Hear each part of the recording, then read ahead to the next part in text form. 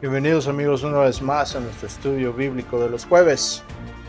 Y en esta ocasión vamos a continuar con nuestro estudio bíblico, nuestro análisis bíblico del libro de Esther. Y en esta ocasión vamos a estar examinando un poco más adentro de este libro. Vamos a tocar unos temas muy importantes. Pero antes que nada les quiero pedir que si es la primera vez que ven este canal, les queremos pedir su ayuda. Ayúdenos dejando like y un comentario. Esto nos ayuda a que el canal se promueva por medio del YouTube. Cada vez que las personas dejan los likes y los comentarios, esto nos ayuda a promover el canal. Así es que les pido que nos ayuden con eso. Así es que vamos entonces a entrar de lleno en esta noche a nuestro estudio bíblico. El autor inglés C.S. Lewis dijo: coincidencia es la manera de Dios de permanecer en el anonimato. Esto es tocante a cómo Dios se presenta en este libro de Esther. Como hemos dicho en muchas ocasiones anteriores, hemos dicho que el libro de Esther es un libro muy interesante porque es un libro en el cual el nombre de Dios no se usa, no se hace referencia a Dios de manera directa, pero podemos ver en la tela del libro, podemos ver en las fibras del libro las huellas de Dios obrando por medio de su providencia. Así es que vamos a entrar ahora al capítulo número 4 del libro de Esther, y como vimos la última vez, dejamos a Esther y a Mardoqueo en una situación muy difícil. En el capítulo número 3 vemos cómo este hombre, Amán, quien era un enemigo de los judíos, ha formulado un plan para destruir no solamente a Mardoqueo, pero también a toda la raza judía. Y dijimos que este hombre en este libro representa al maligno, representa a Satanás, al enemigo, a aquel que siempre está tratando de impedir la obra de Dios, aquel que siempre se opone a la obra de Dios, y no solamente eso, pero también trata de destruir al pueblo de Dios. Así es que en esta ocasión vamos a continuar con este estudio y vamos a ver qué es lo que sigue, cuál es la reacción de Mardoqueo y de Esther al darse cuenta que Amán ha conseguido que el rey Asuero levante un decreto en contra de los judíos, y el decreto dicta que se debe de destruir a toda la raza judía, es decir, a todo el pueblo de Israel que está dispersado en el reino del rey Asuero. Entonces este hombre ha decretado que va a destruir a toda la raza judía, y esto es por petición de Amán. Amán ha llegado al rey y le ha pedido y le ha intrigado al rey en contra de los judíos. Recordamos que la acusación fue que este pueblo no era como los demás, que era diferente, de costumbres diferentes, y que esto los convertía en un peligro porque ellos no se sometían a la ley del rey. Realmente esto es una acusación falsa, porque sí, ellos se sometían a las leyes del rey. El único problema era que ellos no adoraban a los dioses paganos. Y esto distinguía a este pueblo, los hacía diferentes. Y dijimos la última vez que pasamos por ese pasaje, por el capítulo número 3, que esa es precisamente esa relación con Dios. Es precisamente esa relación con Dios que nos convierte en el blanco del mundo, nos convierte en el enemigo del mundo. Es esa relación con Cristo que nos hace diferentes y nos distingue, y a la vez nos convierte en víctimas del desprecio y el odio del mundo. Esto es algo natural para el cristiano. Tenemos que entender que esto es algo que no es anormal, pero es lo que se debe de esperar. El Señor Jesucristo se lo dijo a sus discípulos de la misma manera. Les dijo, cuando el mundo les odie, sabed que me ha odiado a mí primero. El esclavo no es más grande que el amo. Si a mí me odiaron, también les odiarán a ustedes. ¿Verdad? Eso fue lo que el Señor Jesucristo le dijo a sus discípulos. Así es que es esta conexión que los hace y los convierte en el blanco, los convierte en la víctima del mundo, ¿verdad? A este pueblo de Dios, en este caso el pueblo de Israel. Así es que venimos ahora al capítulo número 4 y en el versículo número 1 se nos dice que cuando Mardoqueo supo todo lo que se había decretado, él rasgó sus vestidos, se vistió de cilicio y ceniza y salió por la ciudad lamentándose con grande y amargo clamor. Y llegó hasta la puerta del rey, porque nadie podía entrar a la puerta del rey vestido de cilicio. No se permitía a nadie entrar en la presencia del rey vestido de cilicio. La penalidad de hacer esto es la muerte. Así es que Mardoqueo se detiene de entrar al palacio del rey y se queda a la puerta.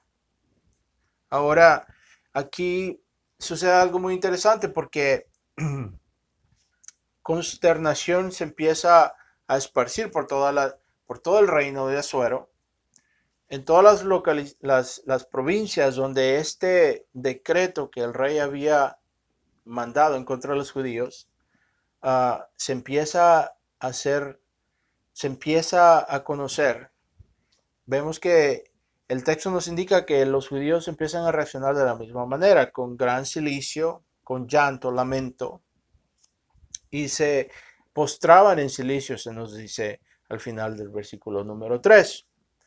Entonces las doncellas, los sirvientes de Esther, sus eunucos y sus doncellas se dan cuenta que Mardoqueo se ha presentado enfrente de la puerta del rey en cilicio. Ahora, Esther no se da cuenta de lo que está sucediendo. Ella no se da cuenta de lo que está tomando lugar. La reina Esther no sabe qué es lo que está sucediendo. La reina no se da cuenta. Entonces se nos indica que las doncellas y los sirvientes van a Esther y le dicen que Mardoqueo está vestido de cilicio. Esther no se da cuenta por qué es esto. Entonces empieza un diálogo en el versículo 5 hasta el versículo número 15. Empieza un diálogo entre Esther y Mardoqueo. Por ejemplo, se nos dice que Esther llamó a Atac, quien era uno de los eunucos que estaba al servicio de Esther, había sido asignado por el mismo rey Asuero al servicio de la reina Esther. Eso se nos indica en el versículo número 5. Y Esther manda a Atac a preguntarle a Mardoqueo qué es lo que está sucediendo. ¿Por qué está a la puerta del rey llorando y en cilicio? ¿Por qué está quebrantado? El rey manda a su siervo a averiguar qué es lo que está sucediendo. Entonces se nos dice que Atac salió a donde estaba Mardoqueo, enfrente de la plaza de la ciudad, frente a la puerta del rey. Y se nos indica que Mardoqueo le informa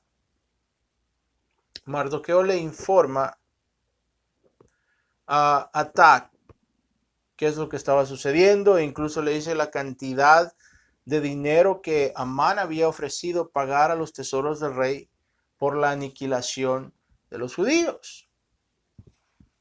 Ahora vemos que Esther no se da cuenta de lo que está sucediendo y ella manda a sus siervos con ropas nuevas para que Mardoqueo se quite el cilicio, pero ella no se da cuenta por qué es que Mardoqueo está en cilicio, por qué está sufriendo.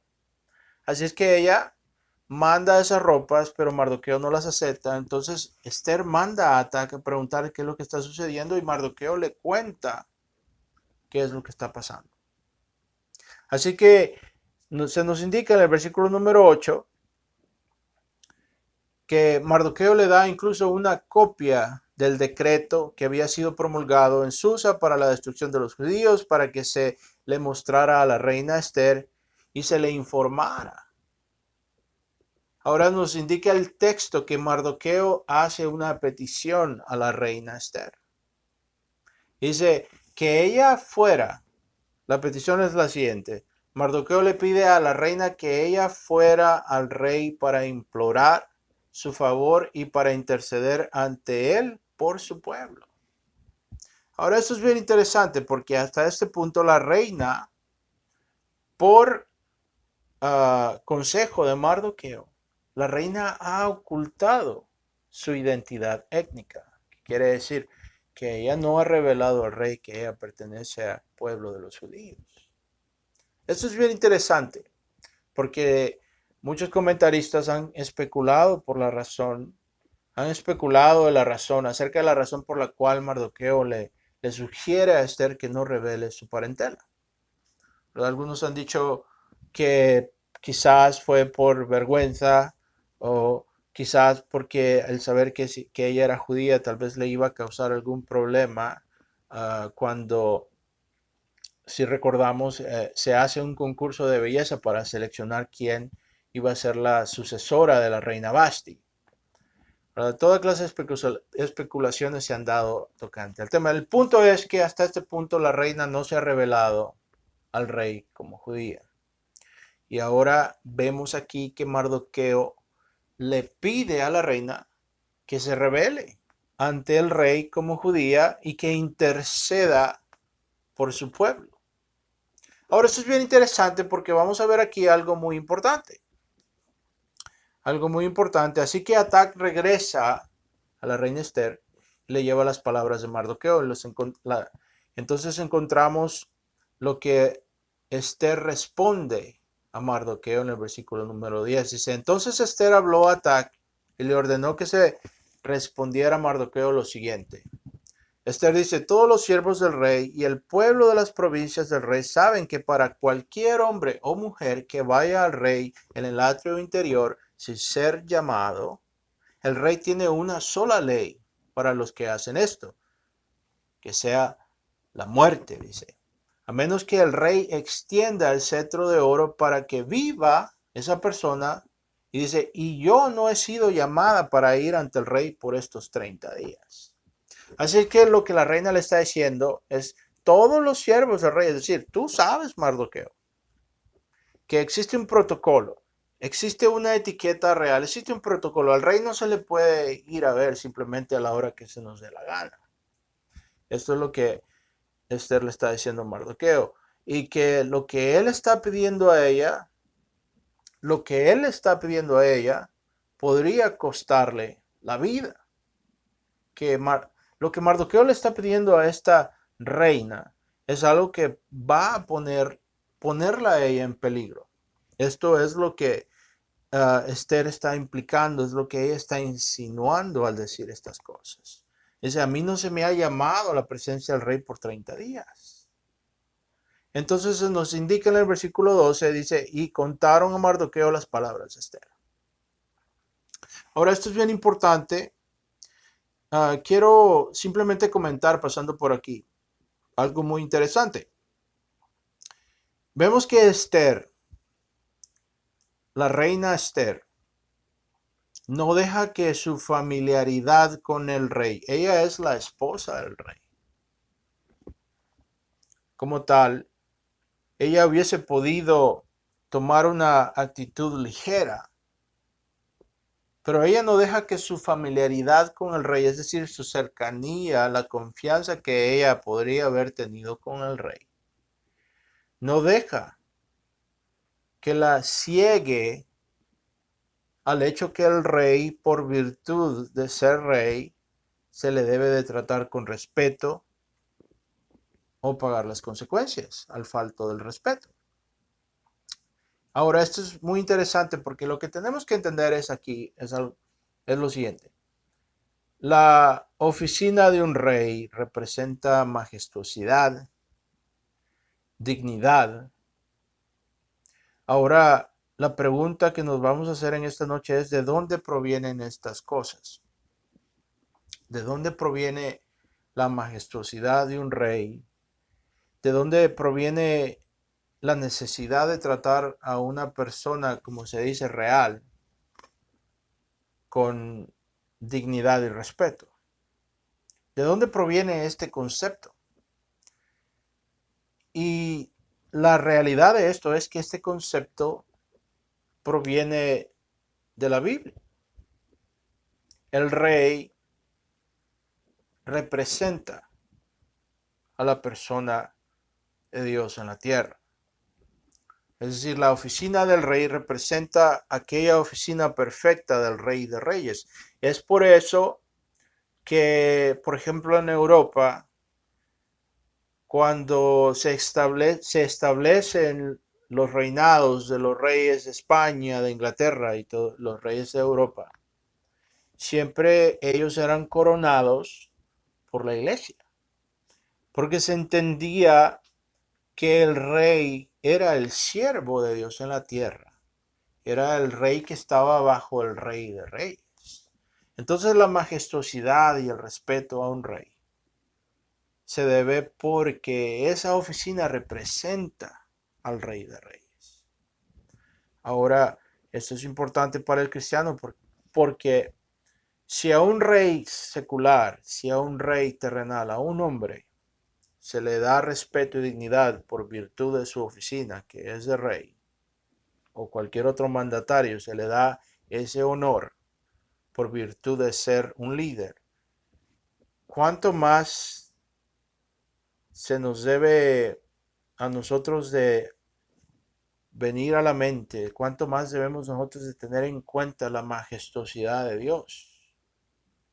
Ahora esto es importante porque hay muchos hermanitos ahora en día, muchas hermanas también, que cuando van a la presencia de Dios en las iglesias, cuando se reúnen a adorar a Dios, van como que si van a la fiesta, o van con una actitud irreverente. Y se nos olvida que es al Dios vivo que vamos a adorar. Eso también tiene que ver mucho en la manera que nos vestimos para ir a adorar a Dios. Simplemente en términos prácticos, si se nos dijese que vamos a ir a la presencia de un dignatario secular, es decir, si se nos dijese que vamos a ir a la presencia de un presidente, por ejemplo, nos pondríamos lo mejor que tenemos. Ahora, ¿cuánto más tenemos que vestirnos con decencia y reverencia cuando vamos a la presencia del Dios vivo y vamos a reunirnos en la presencia de Dios a adorar? Hay, hay, hay, hay hermanas, por ejemplo, que van como que si van al nightclub, como que se van a la discoteca, van a la iglesia. Esto muestra nuestro atuendo, muestra, es la representación, nuestro atuendo es la representación de nuestra opinión de Dios. Así es que esto es importante para nosotros entender. Ahora no estamos diciendo que esto se tiene que poner como un requisito para la salvación. No, pero se tiene que entender como un requisito para el que es salvo. Es una distinción muy importante, porque hay muchas iglesias legalistas también que abusan y que le dicen a las hermanas que si no se visten y se atavían, no van a ser salvas o no son salvos o van a perder la salvación. Eso tampoco no es así, ese es el otro extremo. Pero el enfoque debe de ser la persona de Dios y no el individuo. Es decir, ¿a quién estamos adorando? Si entendemos que Dios es santo, no vamos a necesitar que nadie nos diga que tenemos que vestirnos reverente y de manera decente. Así es que el error que muchos pastores cometen es que ellos tratan de imponer la santidad sin revelar al Dios que es santo. Simplemente pasando por aquí. Entonces vemos que la reina no deja que su familiaridad con el rey la prive del hecho de entender que a un rey se le aproxima de manera reverente y nunca violando sus estatutos. Ese es el punto. La penalidad por acercarse al rey es la muerte. Ahora examinemos lo que Mardoqueo responde a la reina Esther. En el versículo número 13, Esther 4:13 se nos dice, entonces Mardoqueo le dijo que respondieran esto a Esther. Estas son las palabras de Mardoqueo a la reina. Dice, no pienses que estando en el palacio del rey solo tú escaparás entre todos los judíos. Porque si permaneces callada en este tiempo, alivio y liberación vendrá de otro lugar para todos los judíos, pero tú y la casa de tu padre perecerán. Ahora le dice Mardoqueo a la reina, ¿y quién sabe si para una ocasión como esta tú habrás llegado a ser reina? Así es que Mardoqueo le dice, no pienses que vas a librarte. Ahora vemos aquí que este hombre, de manera implícita, notamos que tiene fe en Dios. Porque dice liberación, dice alivio y liberación vendrá de otro lugar para los judíos. Pero tú y la casa de tu padre perecerán. Es interesante lo que él está diciendo, porque aún en este punto, ni Mardoqueo ni Esther han hecho referencia directa a Dios. Así que es interesante pensar en qué están las esperanzas de este hombre. De manera implícita deducimos que está confiando en Dios. Ahora, recordémonos que lo que causó, es decir, el instrumento que ha traído esta tragedia, el instrumento que ha traído, que provocó este ataque, el instrumento, es decir, la razón inmediata fue que Mardoqueo, como vemos en el capítulo anterior, en el capítulo 3, Mardoqueo rehusó a postrarse delante de Amán, quien por orden del rey se había ordenado que todos los sirvientes del rey se postraran ante él. Y Mardoqueo rehúsa postrarse ante Amán, poniendo como excusa el mandato de la ley mosaica, es decir, la ley de Dios que dice que no se postrará, que no te inclinarás, no adorarás a otros dioses. Así es que la implicación es que Mardoqueo tomó el mandato a postrarse ante Amán como una violación de la ley de Dios. Así es que Mardoqueo está en esta posición y todo el pueblo de Dios por causa de la justicia, es decir, por causa de hacer lo que es correcto. Ahora, examinemos lo que él le dice a la reina Esther. Dice, y quién sabe si para una ocasión como esta tú habrás llegado a ser reina. Mardoqueo está aludiendo, está haciendo alusión, está insinuando la providencia de Dios. En pocas palabras está diciendo, quién sabe si Dios te ha puesto en esta posición, en esta posición de reina, precisamente por esta razón, para proteger a tu pueblo. Ahora, esta es una conclusión muy válida, y como dijimos al principio, la cita que usamos del autor inglés C.S. Lewis, quien dice que la coincidencia es la manera que Dios tiene para permanecer en el anonimato. Y vemos, cuando hacemos un recuento de los sucesos que han llevado a la reina Esther a ser reina, nos damos cuenta que aquí hay algo más que coincidencia, que es Dios el que está obrando, colocando todas las cosas en su lugar apropiado para el momento adecuado. Esto realmente es importante y a la vez nos debe de dar consuelo y esperanza y confianza en Dios. ¿Por qué?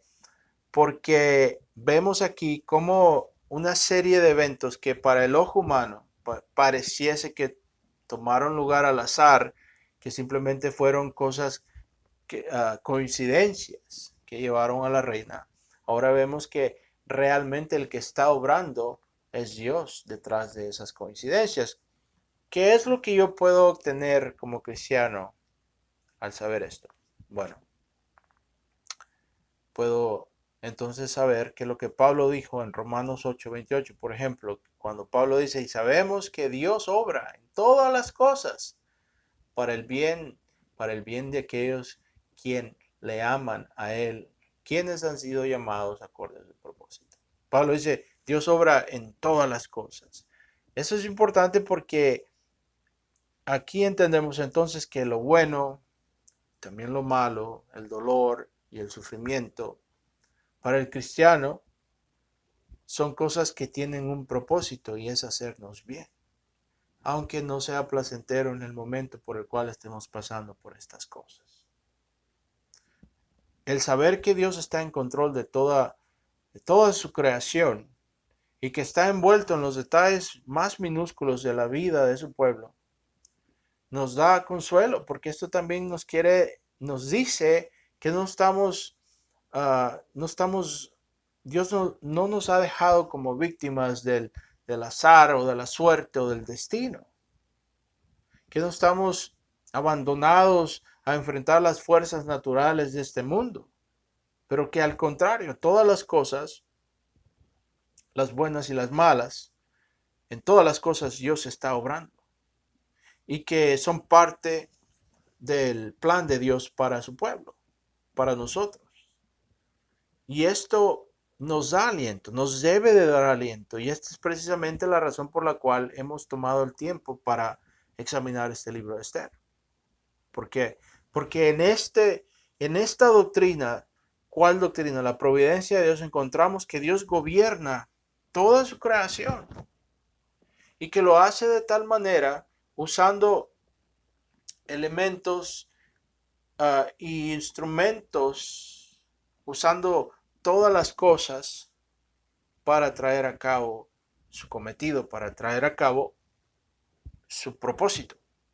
Dios usa medios, usa al individuo, a su criatura, usa circunstancias, usa decisiones que para el ojo humano simplemente parecen coincidencias, decisiones que se toman al azar, pero Dios usa todas esas cosas y las orquesta, es decir, las pone y las predispone de tal manera para traer a cabo su propósito. Lo hace de tal manera que Dios no anula la voluntad de la criatura. Es decir, no somos robots programados para hacer la voluntad de Dios, pero el hombre tiene un libre albedrío, tiene la capacidad de tomar decisiones. Más sin embargo, todas esas decisiones que el hombre toma están bajo la soberanía de Dios y Dios las controla y las usa por medio de su providencia. Así es que esto es importante. Ahora vamos a examinar las circunstancias de la reina. ¿Qué es lo que la reina está enfrentando con esta situación? Tenemos que considerar primero que nada que la reina Vasti había sido removida precisamente por romper el protocolo del rey. La reina Vasti, quien fuera la reina anterior, la reina que Esther sucedió, es decir, la reina que estuvo antes de Esther, la predecesora de Esther, la reina Vasti había sido removida por algo similar, por haberle faltado el respeto al rey. Ahora recordamos que las circunstancias en cual la reina Vasti fue removida realmente son dudosas, ¿verdad? Pero el punto es que la acusación que se hace y la excusa que se da para remover a la reina es que ella había faltado el respeto al rey, había rompido el protocolo real. El rey la había mandado a llamar, ella no fue. En este caso, Esther no ha sido llamada y ella va, ¿verdad? Lo contrario, es irónico, pero esta es la realidad. Ahora, Mardoqueo le pide a la reina que interceda y interceder por su pueblo podría costarle todo a la reina e incluso la vida misma. Esto es lo que la reina está enfrentando. Esto es lo que Mardoqueo le está pidiendo. Esto es lo que está enfrente de ella. Esta es la situación que ella enfrenta. Ahora, tenemos que observar que es la providencia de Dios, la cual había colocado a esta mujer, a esta reina, a Esther, en el rol de reina. Como dijimos, vemos la providencia de Dios en acción. Por una mala decisión del rey, la reina fue removida, Vasti. Vimos que hubo un banquete y el rey pidió a la reina que fuese. La reina rehusó, el rey se molestó, se indignó, se ofendió, la mandó a remover por consejo de sus consejeros. El rey estaba borracho. Dijimos que todas estas cosas son malas, fueron decisiones malas, más sin embargo Dios estaba obrando su propósito por medio de ellas. Vemos que se hace un concurso de belleza para escoger a la nueva reina y es por medio de este medio que Dios coloca a Esther en la posición de reina y ahora en la providencia de Dios se le está poniendo a prueba a esta mujer, se le está pidiendo que arriesgue todo lo que ha obtenido. Así es que es interesante la proposición. Ahora vamos a observar algo muy importante aquí. Vamos a observar algo muy importante y espero que pongan atención, por favor, porque esto es absolutamente importante. Ahora aquí vemos esto, el simbolismo de la situación, es decir, lo que esto nos ilustra. Tenemos que entender que estos libros en la Biblia, en el Antiguo Testamento, encontramos lo que se conoce como la cinta escarlata. Y a lo que nos referimos, esta es una distinción teológica, pero se refiere a lo siguiente. Vemos tipos y formas y representaciones del Cristo que habría de venir en el Antiguo Testamento, vemos estas cosas. Y aquí vemos una representación muy interesante del Cristo que habría de venir. Y esto se da en el rol que la reina está desempeñando. Es decir, Esther aquí representa un tipo de Cristo, es decir, una ilustración, un ejemplo de lo que Cristo ha hecho por su pueblo, lo que habría de hacer mirándose al futuro desde este punto de vista del libro de Esther. Aquí vemos una ilustración muy importante de la obra de Cristo, de la obra redentora de Cristo. Por ejemplo, a la reina Esther se le pide que ponga su vida en peligro y vaya a interceder por su pueblo. Ahora las similitudes aquí son muy interesantes. Por ejemplo, a la reina se le pide que interceda por un pueblo que está condenado. ¿Verdad? Esto es interesante. A la reina se le pide que interceda por un pueblo que está condenado. Cristo viene e intercede por un pueblo que está condenado, por toda la humanidad que está condenada. ¿Verdad?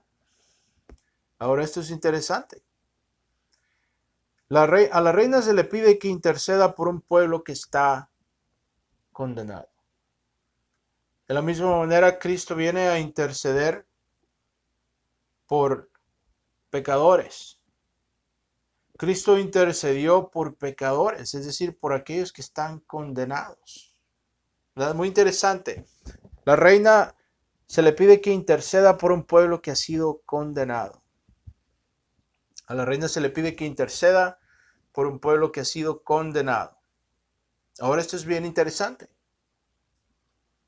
Porque de la misma manera, Cristo intercede por un pueblo, por un pueblo que está condenado delante de Dios. Esta es la situación, esta es la condición del ser humano.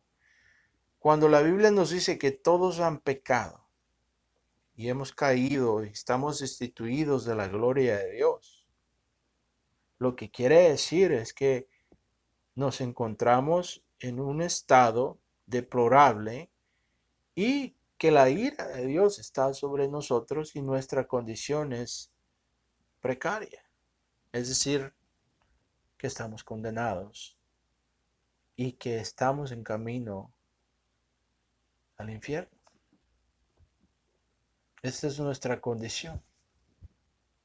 Y es en este cuadro que Cristo entra. Por ejemplo, el apóstol Pablo nos dice en su carta a los Romanos, en el capítulo número 5, versículos 6 al 8. Romanos 5, 6 al 8 dice el apóstol Pablo, porque mientras aún éramos débiles, a su tiempo Cristo murió por los impíos. Es bien interesante, escuche bien lo que Pablo dice, porque mientras aún éramos débiles, ahora en el lenguaje original del Nuevo Testamento, el cual es el griego, la palabra que Pablo usa para describir la condición en la cual nos encontrábamos cuando Cristo vino, quiere decir no tener fuerzas. Quiere decir no tener fuerzas para hacer algo que debemos de hacer. Es decir, estar débiles, no tener esperanza, estar desahuciados. Esto es lo que la palabra que Pablo usa quiere decir. Entonces lo que Pablo está diciendo cuando dice porque mientras aún éramos débiles, lo que realmente está diciendo Pablo es porque mientras aún estábamos perdidos, sin esperanza, sin fuerzas, es decir, sin ninguna manera de salvarnos a nosotros mismos, es decir, condenados, dice Pablo, a su tiempo Cristo murió, ¿por quién? Dice, por los impíos. Cristo no muere por el justo, porque no hay ninguno que sea justo. Dice Pablo en el versículo 7, Romanos 5, 7, dice, porque a duras penas habrá alguien que muera por un justo, aunque tal vez alguno se atreva a morir por el que es bueno. Pablo dice en el versículo 8, pero Dios, dice, demuestra su amor para con nosotros en que, siendo pecadores, es decir, siendo culpables, Cristo murió por nosotros. Así que vemos que a esta reina se le pide que interceda por un pueblo que está condenado. Lo mismo que Cristo hace al venir a la tierra a interceder por nosotros que estábamos condenados en nuestros pecados. Ahora, el segundo punto es que a la reina se le pide que se identifique con su pueblo. A la reina se le pide que se identifique, que revele su identidad.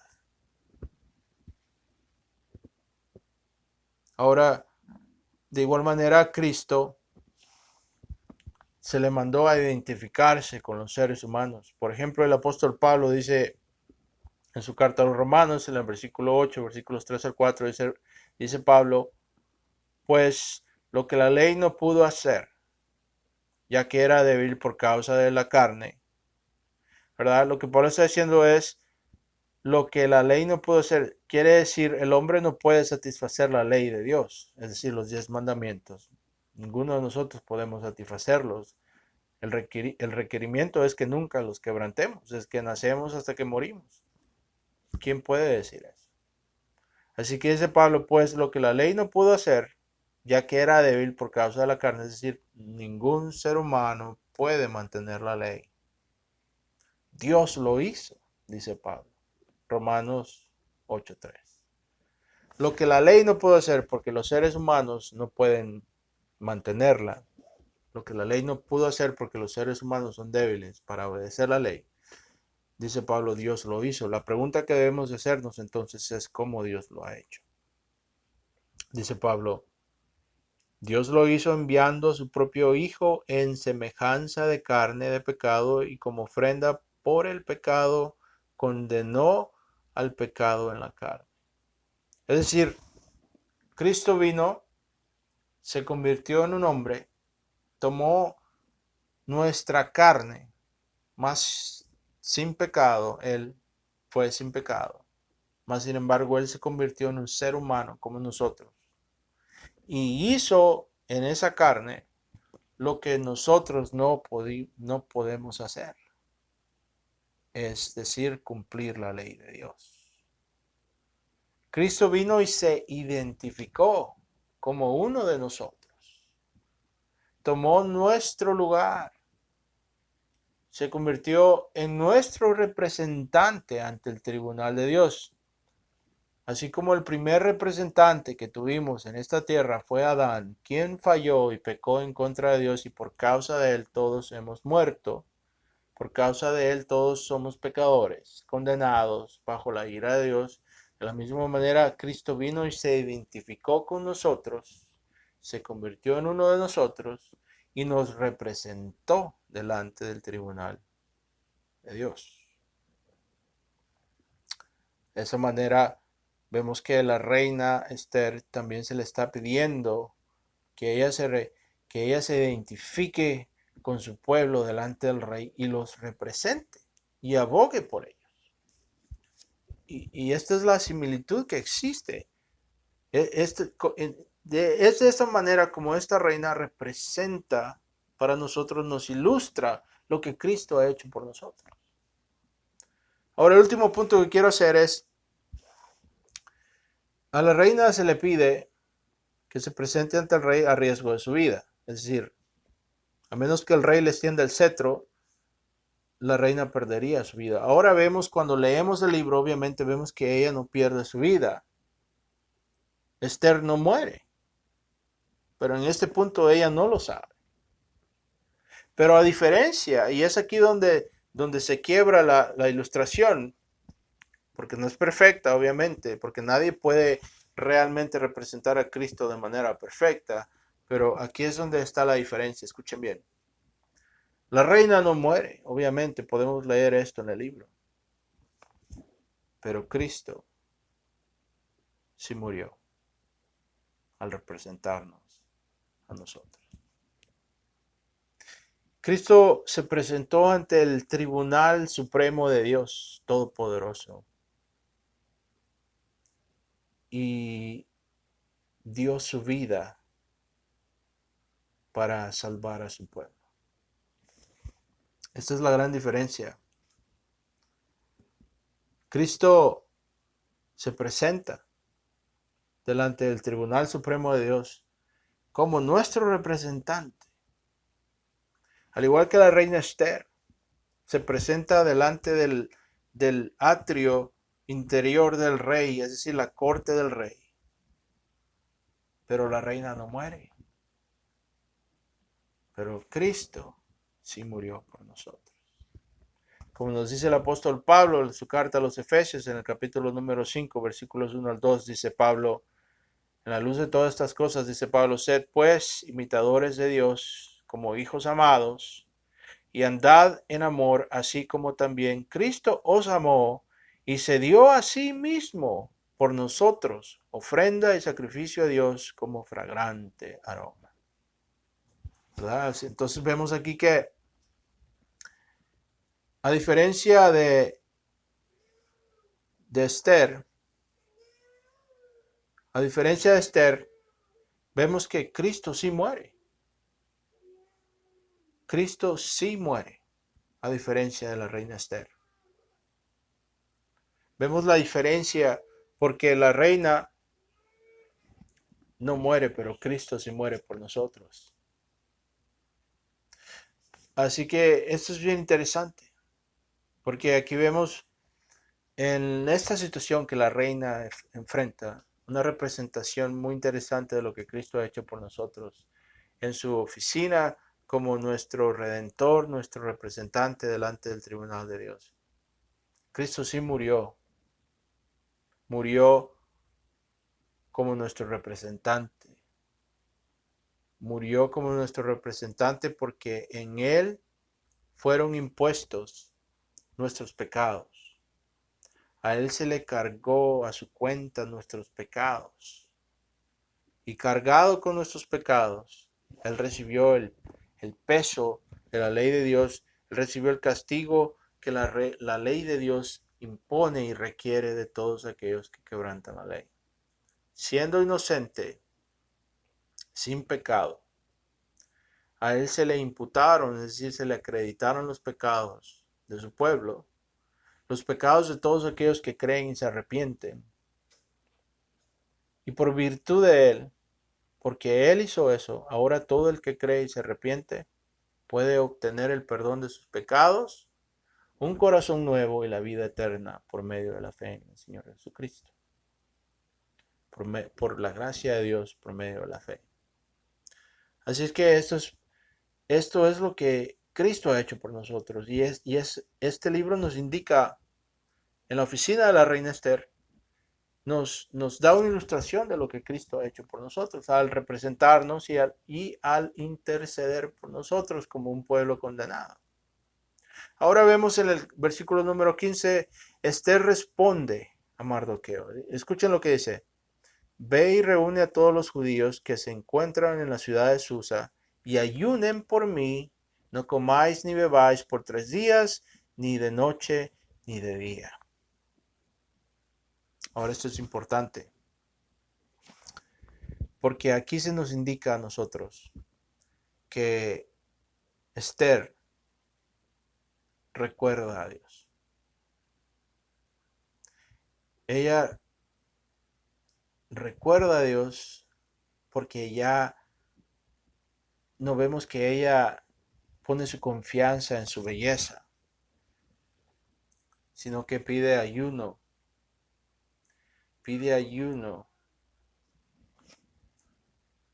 a Dios. Y aunque el nombre de Dios no es mencionado, la alusión está ahí, la insinuación está ahí. Entonces esta mujer es una mujer prudente, porque ella no va a enfrentar esta situación en las fuerzas de la carne, ni en poner su confianza en su belleza, ni poner su confianza en la carne. Pero ella va a humillarse delante de Dios y a pedir el favor de Dios e ir delante de ese rey, no confiando en su propia habilidad de convencer al rey, ni en sus atributos corporales, ni en sus atributos de belleza, pero confiando en el Dios que mueve los corazones. Por ejemplo, la palabra nos dice claramente que aquel que confía en la carne, maldito es. La palabra nos dice claramente que el caballo se prepara para la batalla, pero el resultado es de Jehová.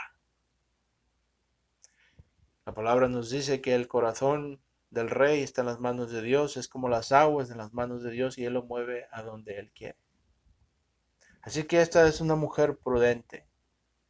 Y en lugar de ir en las fuerzas de la carne, confiando en su belleza, ella se humilla y pide ayuno. Así es que esto es muy importante para nosotros de observar. Así que dice Esther también, yo y mis doncellas ayunaremos, dice. Y así iré al rey, lo cual no es conforme a la ley, y si perezco, perezco. Y Mardoqueo se fue e hizo conforme a todo lo que Esther le había ordenado. Hacer lo que es correcto muchas veces nos va a poner en una situación muy difícil. E incluso nos puede costar todo. Incluso nos puede costar la vida.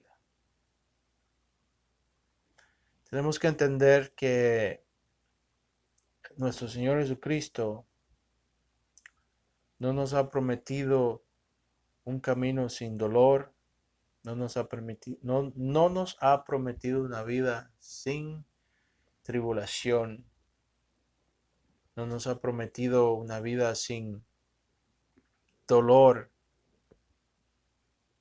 o una vida fácil.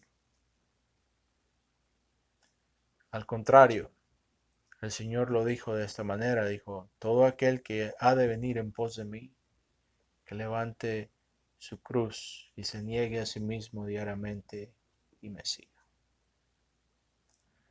El apóstol Pablo le dijo a Timoteo en su segunda carta, en el capítulo número 3, versículo 12, que todo el que desee vivir una vida piadosa en Cristo Jesús sufrirá persecución. Aquí vemos que esta reina es llamada a hacer lo que es correcto, a representar a su pueblo e incluso poner su vida en peligro por causa de la justicia de Dios. Lo importante es que podemos confiar en Dios, que Él trabaja todas las cosas para nuestro bien. El apóstol Pedro dijo que vale más sufrir por causa de la justicia de Dios que sufrir como aquellos que quebrantan la ley. Porque esto, dice, trae favor ante los ojos de Dios, que cuando por una conciencia, dice Pedro, que ama a Dios, sufrimos injustamente y perseveramos, esto agrada a Dios. Porque es precisamente para esto que hemos sido llamados, dice Pedro en su primera carta, capítulo 2, versículos 19 al 21. Es precisamente por esto que hemos sido llamados, porque Cristo también sufrió por nosotros de esa manera, dejándonos un ejemplo para que sigamos en sus pasos, dice el apóstol Pedro. Así es que vamos a parar aquí en el versículo número 17, perdón. Y vamos a retomar nuestro estudio la próxima semana, si el Señor lo permite. Así es que les doy gracias por haberse quedado con nosotros. Y si encuentran esto de ayuda, si lo encuentran de edificación para el pueblo de Cristo, les pido que nos ayuden dejando el comentario, dejando el like. Y si tienen alguna idea de algún estudio que les gustaría que tomáramos, déjenlo también en los comentarios. Así que les doy gracias y que la paz del Señor esté con ustedes y nos veremos primeramente el Señor, si el Señor lo permite, la próxima semana.